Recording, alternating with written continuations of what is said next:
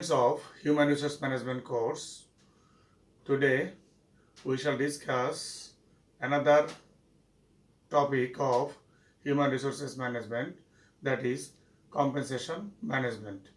As you know, there are basically four functions of human resources management, such as acquisition, development, compensation, and maintenance. Today we shall discuss the introduction to compensation management of human resources management course. After studying this course, you will be able to learn the following topics. What is compensation? Compensation issues or issues related to compensation. What is compensation management? Objectives of compensation management. Importance of compensation management.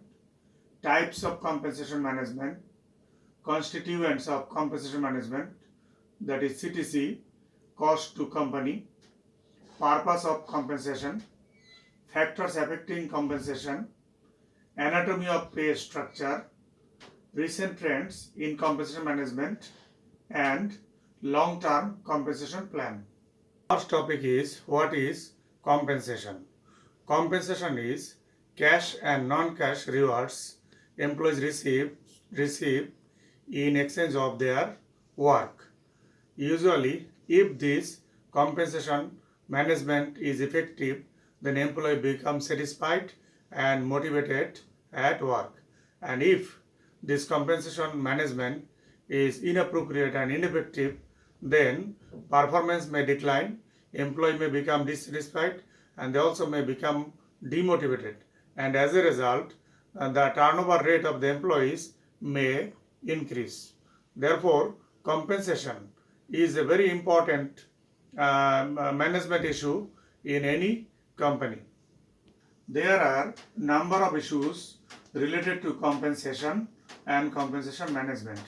The issues are wage and salary levels of the employees, wage and salary structures of the employees, individual wage determination, that means determining the wage or salary of the individual employee, incentive payments and determination of incentives, fringe benefits and the types of fringe benefits given to the employees, compensation of managers and professionals, and management control over these compensation issues. Now we shall discuss what is compensation management. Compensation management is a systematic approach by which compensation package is designed and implemented in order to give the value to the employees in exchange of their work. That means through a systematic process, this compensation package is designed and also implemented in any organization. And it is viewed that when the compensation package is designed and implemented in an effective way, then the employees will find it valuable for them and they will accept it and they will then give their maximum effort to the organization. Dear students, now we shall see the specific objectives of compensation management. Now there are four basic objectives of compensation management, such as to recruit and retain qualified employees. This is the first objective. Then to increase or maintain morale of the employees. Then to determine basic wage and salary, and to reward for job performance. So these are the basic objectives of an effective compensation management. Why compensation management, or why compensation management is important for an organization? As you know, that compensation management is an integral part of human resources management because it can help motivating employees and also it can increase the effectiveness of organizational success or organizational performance. Therefore, the compensation management is very important for an organization. The specific importance of compensation management are concerned with attracting and retaining talent employees, motivating talent for better performance, and cost effectiveness.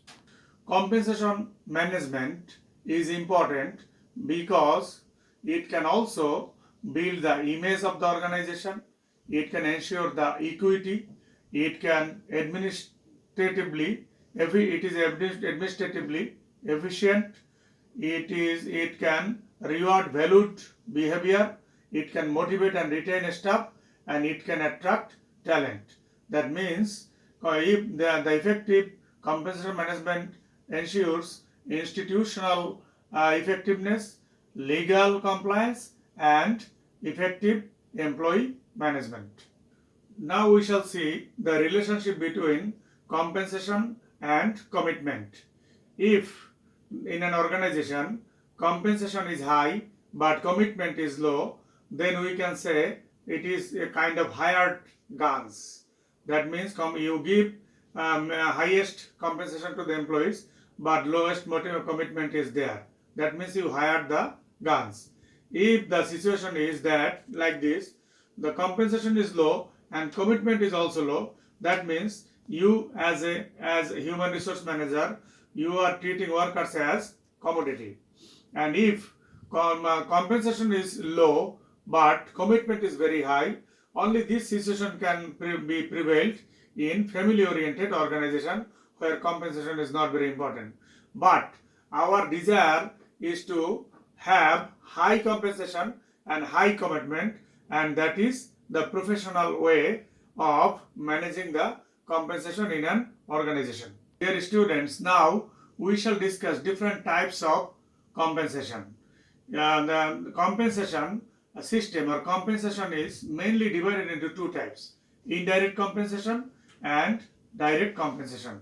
Under indirect compensation, there are three segments such as protection programs, pay for time not worked, and services and perquisites. Under protection programs, there are medical insurance, life insurance, disability income, pension, and social security. Under pay for time not worked, vacations, holidays, sick leave, and jury duty. And under services and perquisites, recreational facilities, car, then financial planning, low cost or free meals. And under direct compensation, there are three subheadings like base pay, merit pay, four headings: base pay, merit pay, incentive pay, and deferred pay. Base pay again two types: salary and wages. And merit pay and incentive pay pays are bonus, commission, piece rate, profit sharing, stock option, shift differential. And deferred pay includes savings plan, stock purchase, and annuity. Dear students, now we shall see the constituents of compensation. There are four constituents of compensation, such as salary and wages, then incentives, fringe benefits, and perquisites. Now we shall see the details of these four constituents of compensation. First constituent of compensation is wage and salary, the most important component of compensation, and these are essential irrespective of the type of organization. And this wage and salary is administered individually. It provides employee stable income and can play source of daily life budget. And incentives are the additional payment to employees besides the payment of wages and salaries. Often these are linked with productivity, either in terms of higher production or cost saving or both.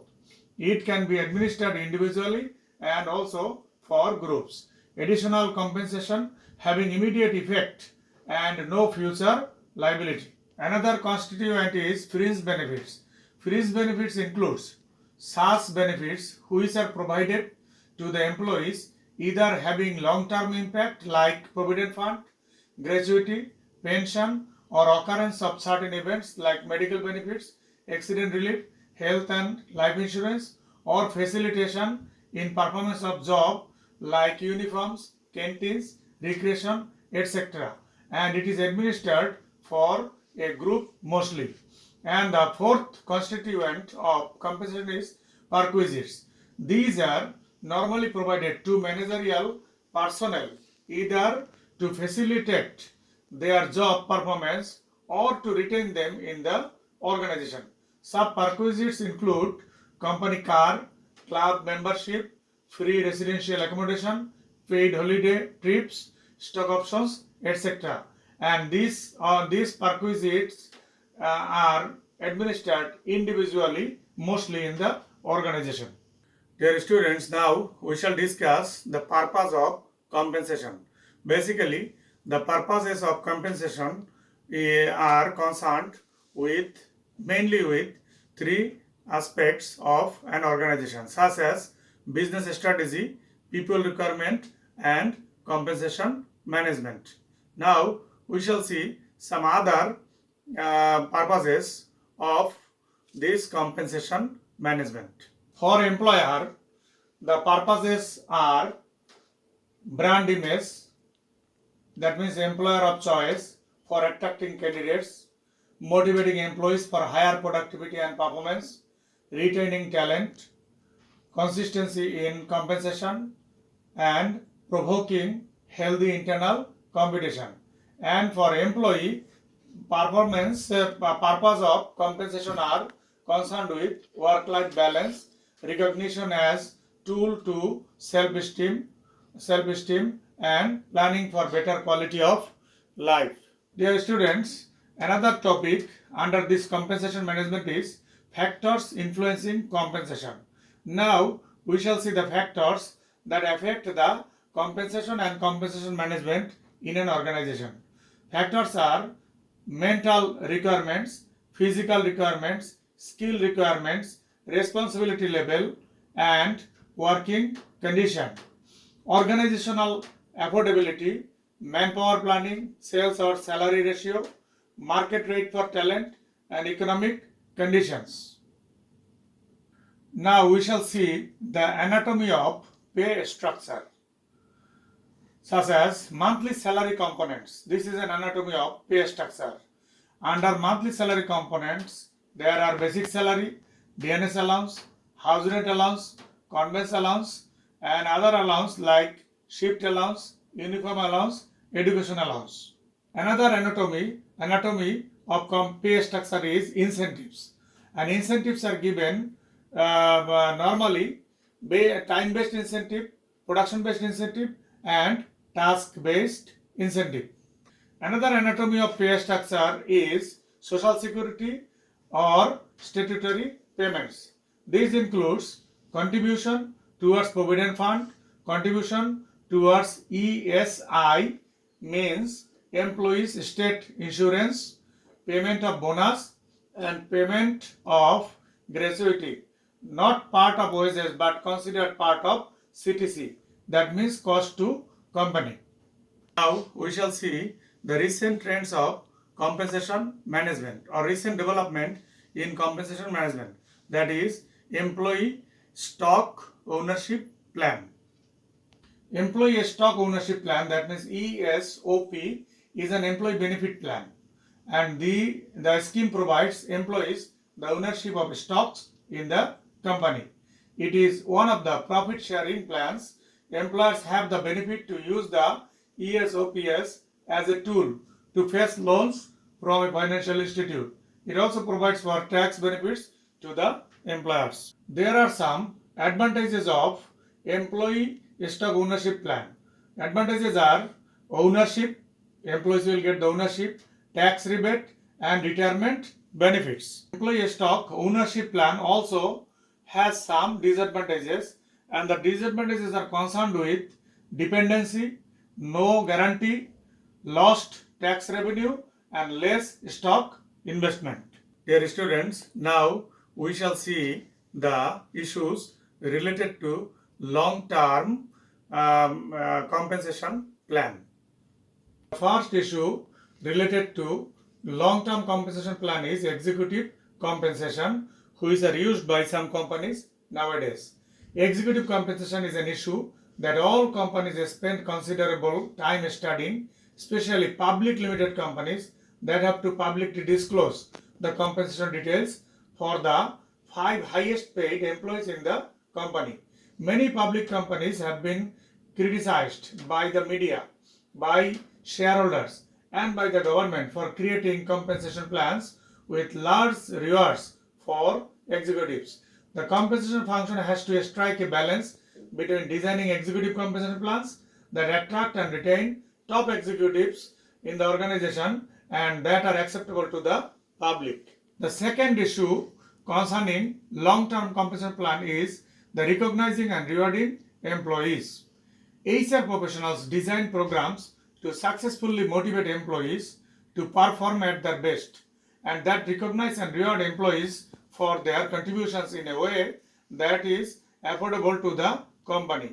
However, ultimately, it's the supervisors and managers in a company who recognize and reward employees, and compensation staff must train and educate managers on how to use rewards and recognition to make employees feel appreciated by the company and happy in their jobs. Third issue connected to long-term compensation plan is external competitiveness.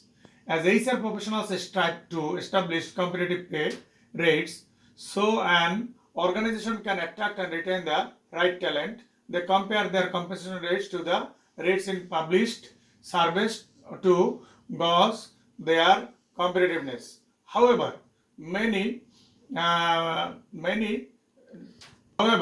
nuisances complicate the process. For example, when you are hiring the head of software development, the competition for talent might be different set of companies than when you are hiring an administrative assistant.